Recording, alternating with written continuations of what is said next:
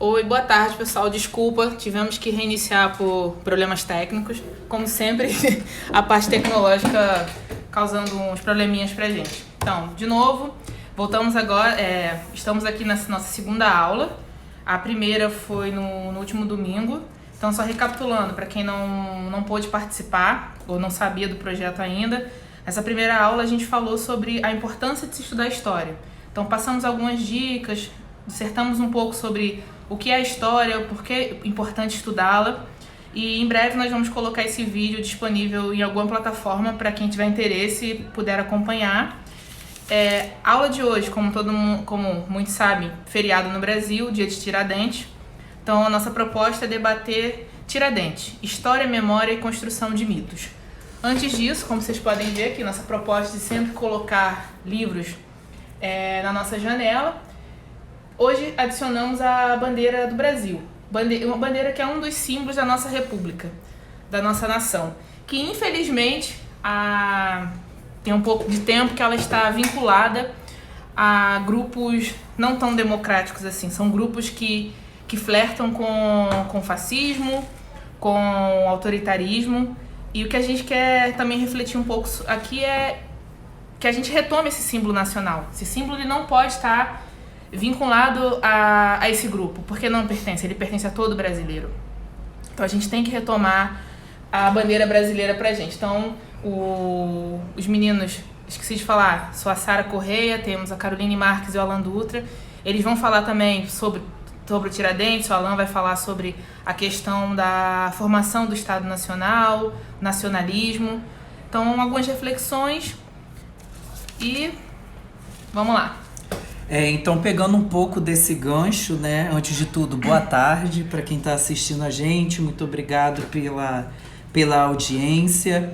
E retomando esse gancho da Sara, é importante a gente pensar, né, o que são essas insígnias, o que são esses símbolos nacionais, porque eles também estão associados, né, a um projeto de nação da qual o próprio mito, a própria história do Tiradentes está muito vinculada, e a Carol vai trabalhar isso um pouquinho mais para frente.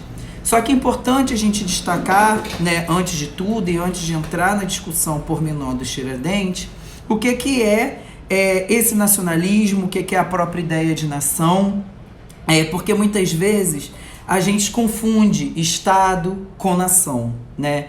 E muitas vezes isso também não fica muito claro quando a gente está estudando história, principalmente na escola. Estado é uma coisa, a gente pode até discutir mais para frente, né, de uma forma mais detalhada o que é Estado, e por outra, o que é a nação. E mais do que isso, né, o que é o nacionalismo e de que forma ele também está vinculado a uma ideia de patriotismo. Então são muitos ismos aí que precisam ser apresentados para a gente pensar a formação dessa nacionalidade, dessa nação brasileira, para a gente chegar depois, né, na ideia do Tiradentes e na construção desse mito do Tiradentes. Então, antes de mais nada, eu queria retomar uma questão que eu sempre coloco para os meus alunos quando eu dou aula, e queria que vocês pensassem também. O que faz, por exemplo, com que a pessoa que mora lá no Chuí, lá na fronteira do Brasil, no final, né, do que é considerado território nacional, ser tão brasileiro quanto aqueles que, por exemplo, moram no Amazonas, moram no Acre, moram em Rondônia, moram no Ceará? Por que a gente pode chamar brasileiro essas pessoas que compartilham costumes tão diferentes, né? E a gente, olhando a história e retomando um pouco da aula passada, quando a gente volta, né, no tempo, a gente consegue perceber que determinados elementos foram selecionados, foram pensados na história, né, daquilo que se consensuou chamar de Brasil, para criar essa brasilidade, né? E essa brasilidade, ela está assentada nisso que a gente chama de nacionalismo. E nacionalismo, né, como alguns autores definem, nada mais é do que um sentimento de considerar a nação a que se pertence, ou seja, de se compartilhar alguns aspectos, como, por exemplo, a cultura, né? Você pode pensar em questões étnicas, você pode pensar em questões políticas, enfim, né? A gente tem uma série de elementos que vão aí formar essas nações E são essas nações que vão dar uma cara para o Estado, né? Porque, como eu disse, Estado é uma coisa e nação é outra. Então, para vocês entenderem, né, e para colocar de uma forma mais palpável, vamos dizer que o Estado seria o corpo humano e a nação poderia ser considerada a roupa, né? A roupa, aquilo que vem por cima do Estado, né? Então, na verdade, né, essa nacionalidade, ela vai estar associada a esse Estado, vai estar associada aos projetos que as pessoas que gerem esse Estado compartilham, e tudo isso vai aparecer em alguns elementos que a gente consegue observar na sociedade até hoje, como, por exemplo, a unificação de um idioma, a unificação de um território, o compartilhamento, né, de interesses econômicos, enfim. O nacionalismo, ele é ancorado nessa ideia de compartilhamentos de interesses que, em tese, se presumem comuns, né? E, na verdade, né, a gente pode pensar esse nacionalismo de uma forma muito mais complexa também, que eu acho que não convém detalhar agora, porque o nosso objeto central é a construção do mito, né, e da memória do Tiradentes. Mas é importante a gente destacar, né, que autores como Eric Hobsbawm, que é um historiador inglês que se preocupou muito em discutir a questão da formação da nação e dos nacionalismos, principalmente a partir, né, do final do século XVIII, ele vai aí identificar algumas questões que foram essenciais para a consolidação das nações, sobretudo no século XIX. Porque aqueles que estudaram história há muito tempo devem se lembrar que, principalmente para os vestibulandos, que a gente sempre começa a discutir, né, história no ensino médio na formação dos estados modernos. E tem que ficar bem claro para os nossos ouvintes que uma coisa é a gente discutir a formação do Estado moderno, aquele lá do final do século XV, né? E todas as disputas que são características deles, com a formação de Portugal, enfim, aquelas coisas todas que a gente já sabe, quem não sabe a gente pode discutir mais para frente. Mas esse Estado nacional que a gente está apresentando para vocês hoje, ele é muito particular, né? E o Hobsbawm vai apresentar a formação desse Estado nacional a partir do final do século XVIII, se consolidando no século XIX, né? Então aí a gente tem, né, reflexões que apresentam para a gente aspectos de tradição, que ele vai definir como tradição, ou invenção de tradições, que vão ser aí, como que eu posso dizer, que vão ser colocadas dentro de um determinado projeto, que vão ser selecionadas para construir essa nacionalidade. E é importante a gente destacar que quando a gente está falando, né, desse elencar de questões, ou desse elencar de diferentes tradições, a gente está falando de escolhas, né? É sempre muito importante pontuar isso. Seja, como a gente falou na semana passada, com o trabalho do historiador, ou seja, da leitura de um determinado tema específico, sempre há escolhas, e dentro de um projeto nacionalista, isso não é diferente, né? Quando você diz, por exemplo, que o Tiradentes, como a Carol vai pontuar mais para frente, é considerado um herói nacional, isso tem um porquê. Existe um sentido dentro daquele contexto para o Estado defender a figura do Tiradentes. Mas quando se escolhe Tiradentes, a gente apaga, né, uma série de outros elementos que no determinado período foram aí escolhidos para dar coesão para esse Estado brasileiro. E quando a gente for debater império, a gente vai ver que dentro daquele contexto, né, de consolidação do Estado no Segundo Reinado, entre 1840, né, em diante, a figura do índio foi muito importante. Então, o que muda na virada do século XIX para o século XX para fazer com que figuras como Tiradentes se coloquem aí como elementos centrais para uma suposta formação brasileira?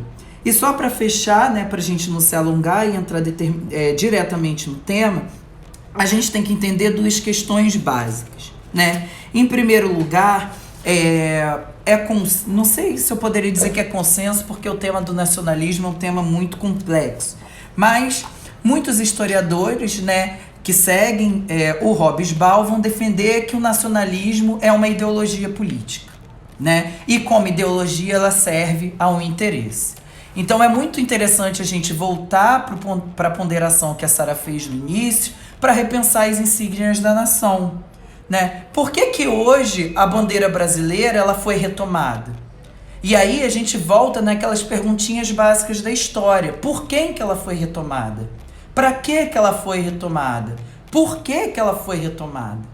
E isso, né, são os objetos centrais da discussão que a gente tem que ter, olhando para o passado para entender o presente que a gente está vivendo, tá bem?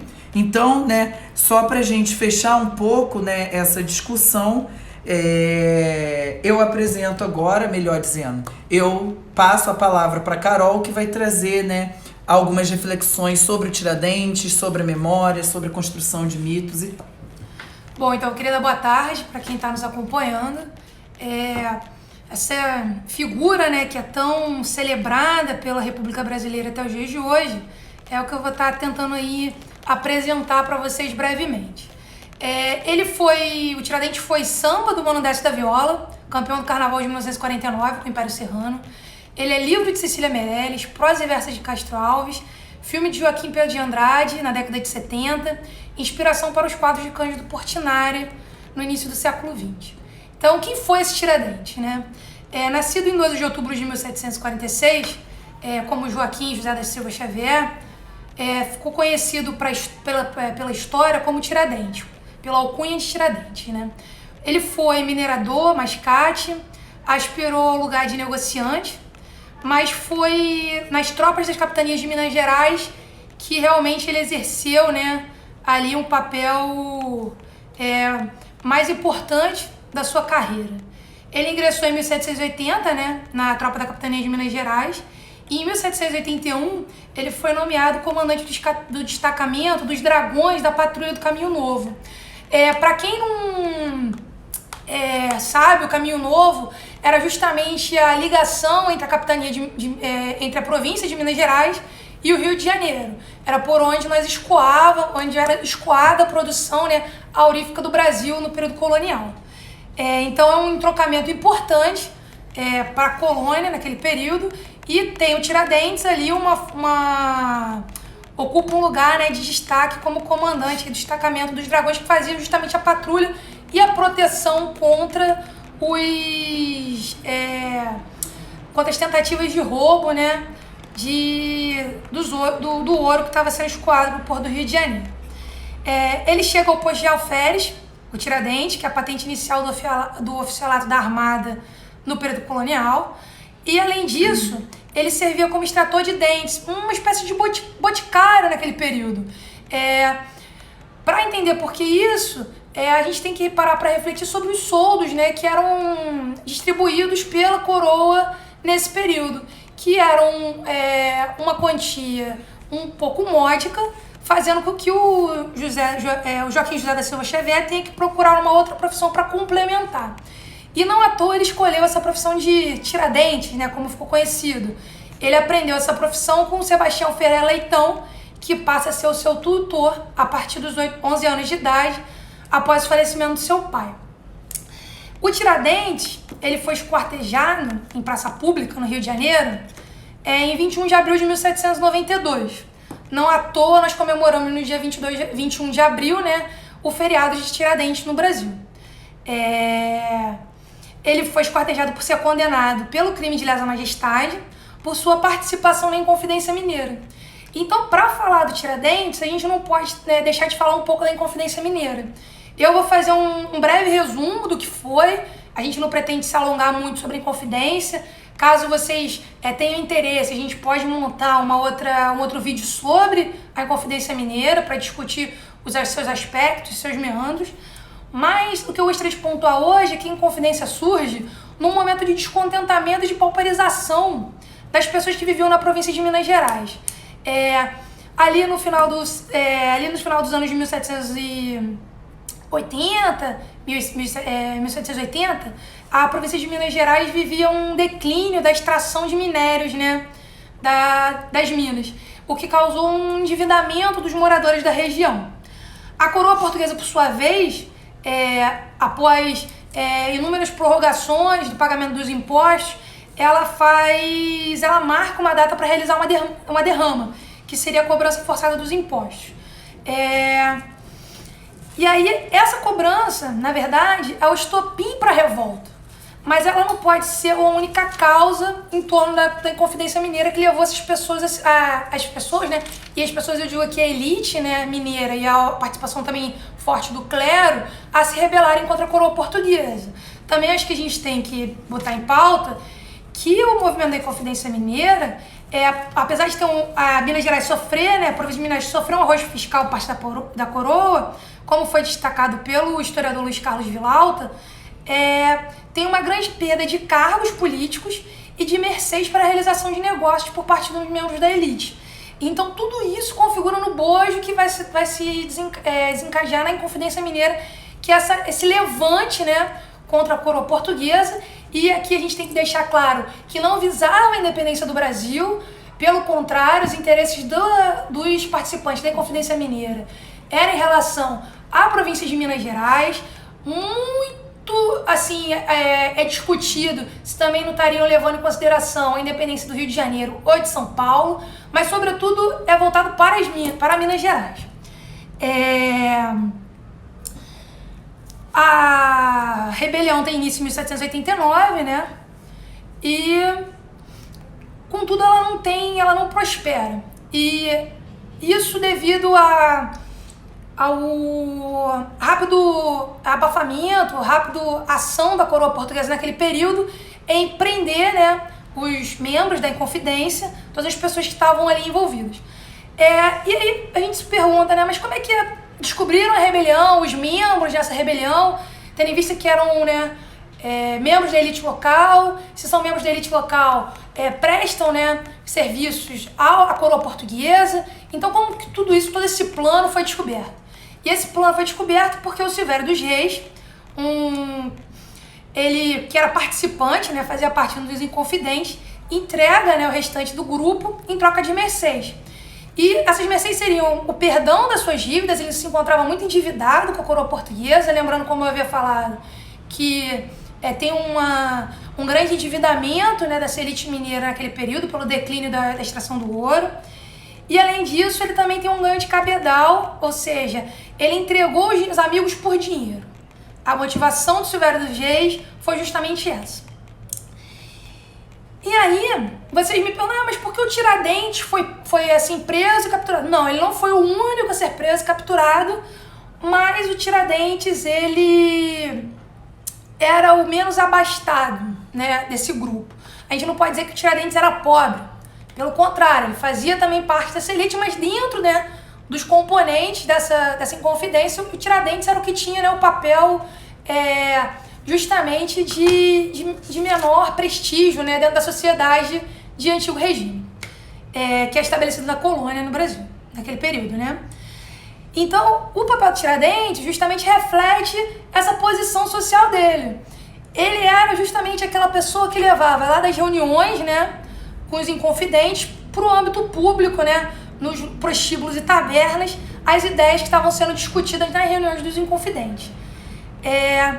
O Tiradentes, ele vai ser preso no dia 10 de maio de 1789, no Rio de Janeiro, e aí começa, né, toda uma investigação em torno da Inconfidência. O Tiradentes, ele fica 3 anos preso na Fortaleza da Ilha das Cobras. Quem tiver interesse de visitar o local, ele é aberto à visitação. Ele foi interrogado ao todo por 11 vezes, tendo assumido no 4º interrogatório toda a responsabilidade pelo movimento da Inconfidência. Apesar dele não ter, né, dele não ser ali o principal mentor, né, da Inconfidência, é ele que acaba assumindo toda a responsabilidade pelas ideias, pela revolta que se formou na província de Minas Gerais. Ele é o único Inconfidente a ser condenado à morte. E isso está ligado ao fato dele ser o único que confessou a participação no movimento, além de ter assumido, né, a autoria aí desse movimento. O que é interessante aqui destacar, que depois de ser preso, o Tiradentes, ele vai ser condenado pelo crime de lesa majestade, que era um crime gravíssimo, tendo em vista que você, num período de antigo regime, você conspirar contra a figura do rei, era você conspirar contra, né, a coroa. E ao conspirar contra a coroa, você com certeza iria ser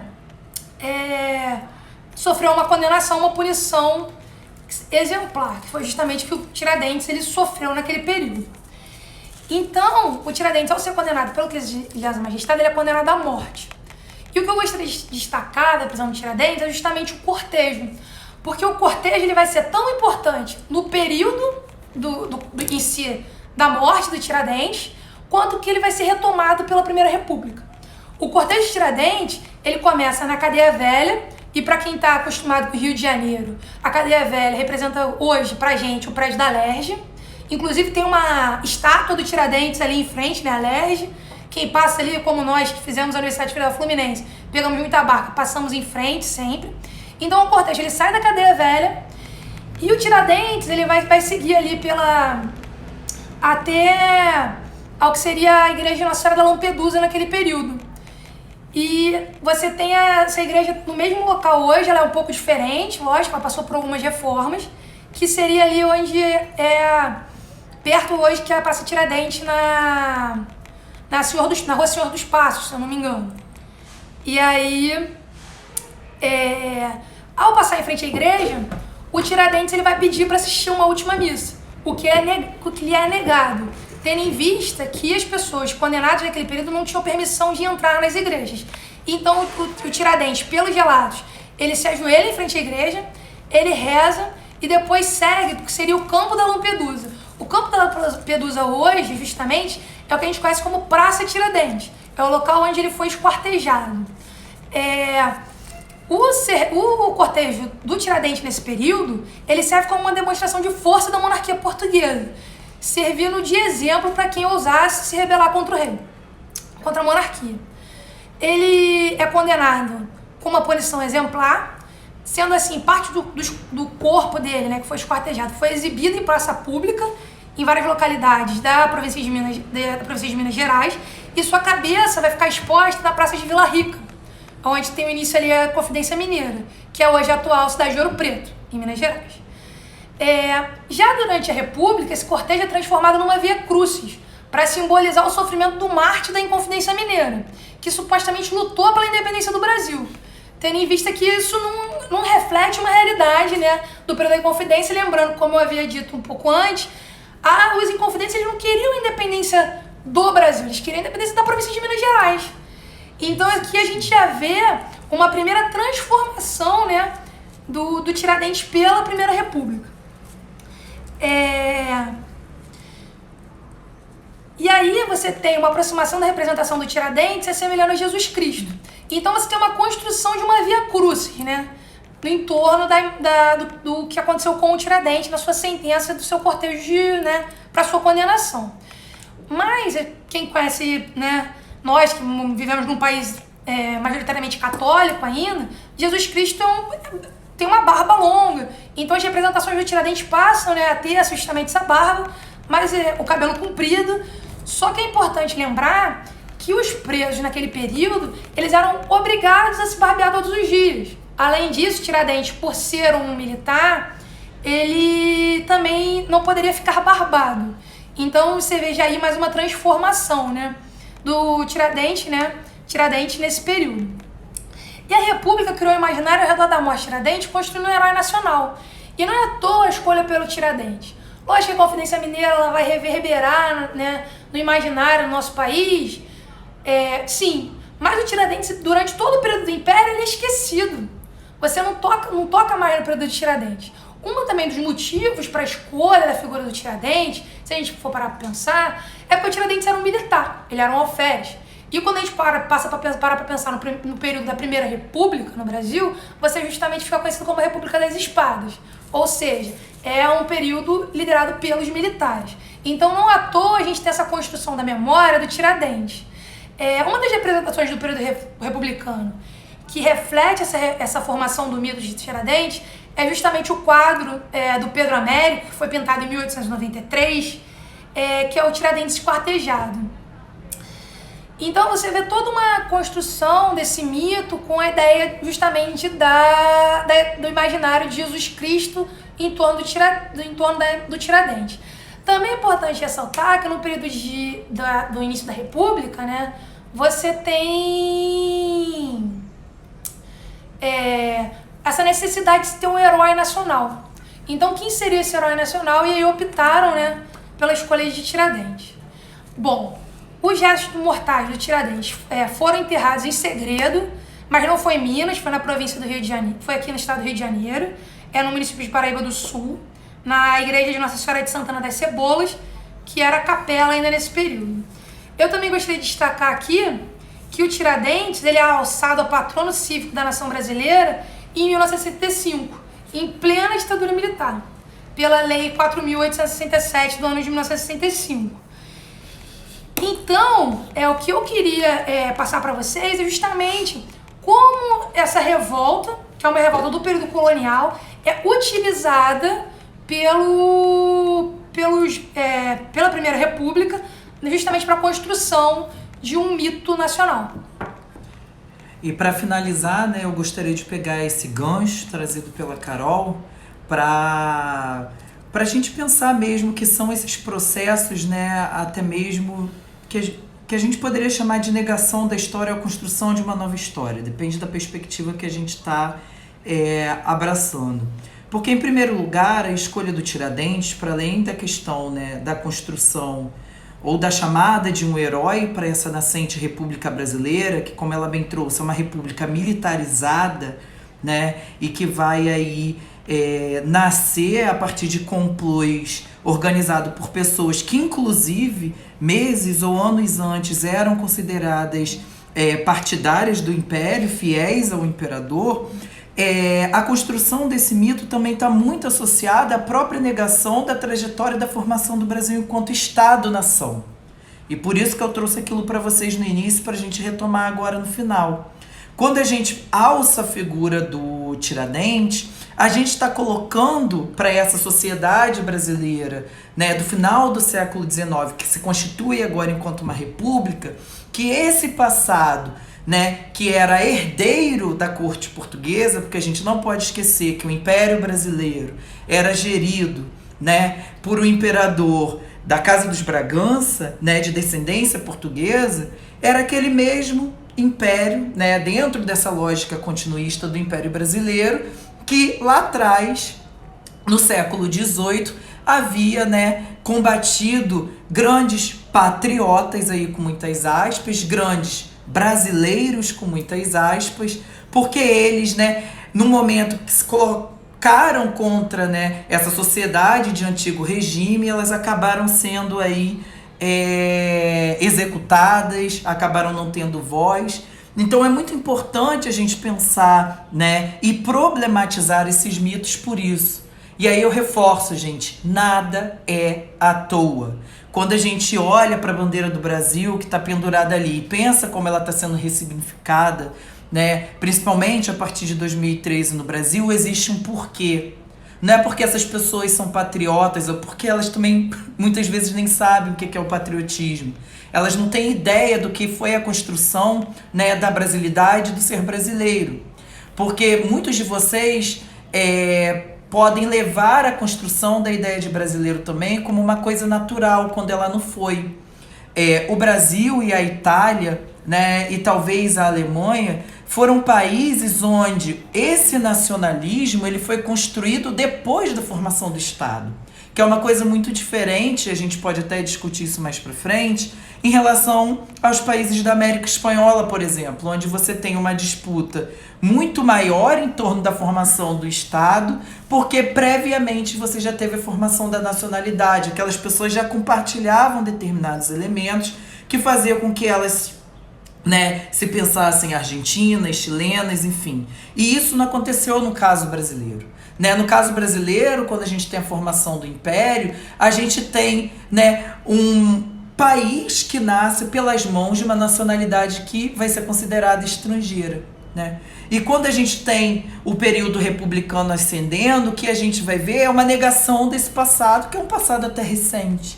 Né? A gente vai ter aí menos de 100 anos de Império Brasileiro, e mais uma vez a gente vai ter o Brasil tendo que reescrever a sua história partindo, né, de determinados elementos que a sustentassem. E a figura de Tiradentes, como a Carol colocou de maneira primorosa, foi essencial, né, para essa escrita de uma história pautada na negação de uma trajetória, né, imperial, e mais do que isso, né, de uma trajetória imperial estrangeira e assentada, né, ainda em resquícios aí do antigo regime. Então é basicamente isso que eu queria colocar para finalizar antes da Sarinha marcar pro gol aí.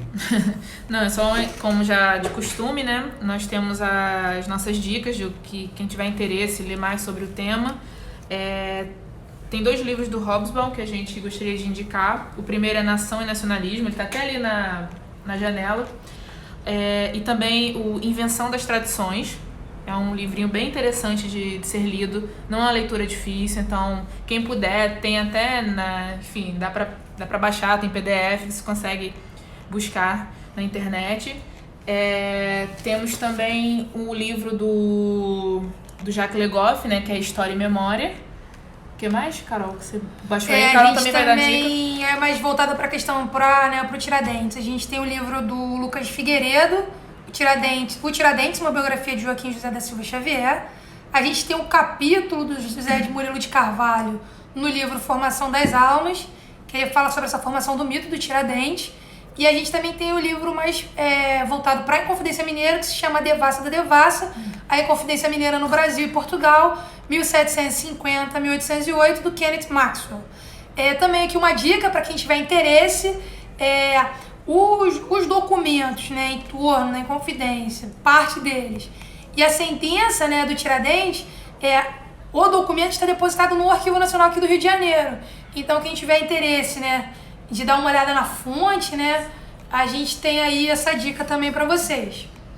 E finalizando, né, quem quiser dar sugestão de tema, tiver alguma dúvida, que queira conversar com a gente, além do Instagram, nós também temos o e-mail, que é historianasjanelas, tudo junto, @gmail.com. Escreve pra gente, que a gente, na medida do possível, a gente vai tentar montar, né, uma aulinha com o que vocês pedirem. Agradecer mais uma vez aí a audiência de vocês. E para a próxima aula nós já temos um tema definido. Muita gente pediu, né, dos nossos amigos, que a gente começou a conversar. Então vamos falar sobre Revolução Francesa, que vai ser domingo agora, dia 26 de abril, às 15 horas. Então não perca. Alan, tem mais alguma coisa para... Tenho. Só para retomar um pouco das dicas também da semana passada, porque é aquilo que nós defendemos aqui. Busquem conhecimento, né? Tudo isso que a gente falou aqui foi pautado em pesquisas acadêmicas sérias, não é achismo, história não é opinião, existe método, existe regra, né? As pessoas dão a sua vida para ajudar a escrever a história desse país.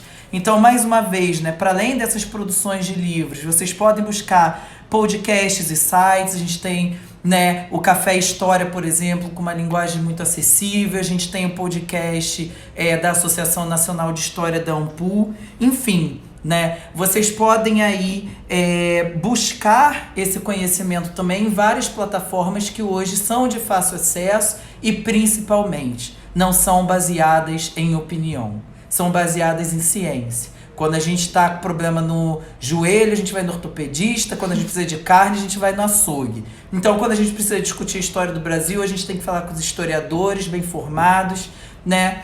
E a gente aqui não está falando de uma maneira pretensiosa, a gente está falando, né, a partir de uma proposta mesmo formativa que nos foi dada dentro de uma conjuntura da Universidade Federal Fluminense. É isso que a gente queria destacar para vocês.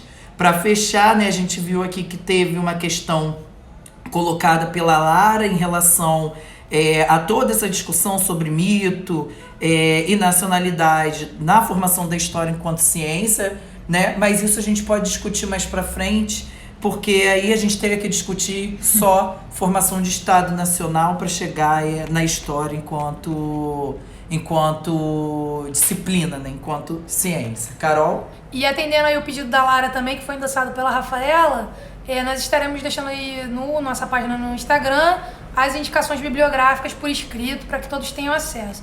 Também, se vocês tiverem algum interesse, dependendo do livro, a gente consegue aí digitalizar, lógico que com um pouquinho de tempo, né?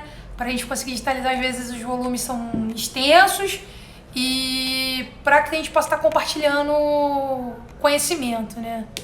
Então eu queria agradecer, nos vemos aí no domingo, às até domingo. 15 horas, para falar um pouco da Revolução Francesa. Obrigado, gente. Obrigado, gente. Até domingo. Até Boa domingo. tarde, pessoal. Até Boa tarde. domingo.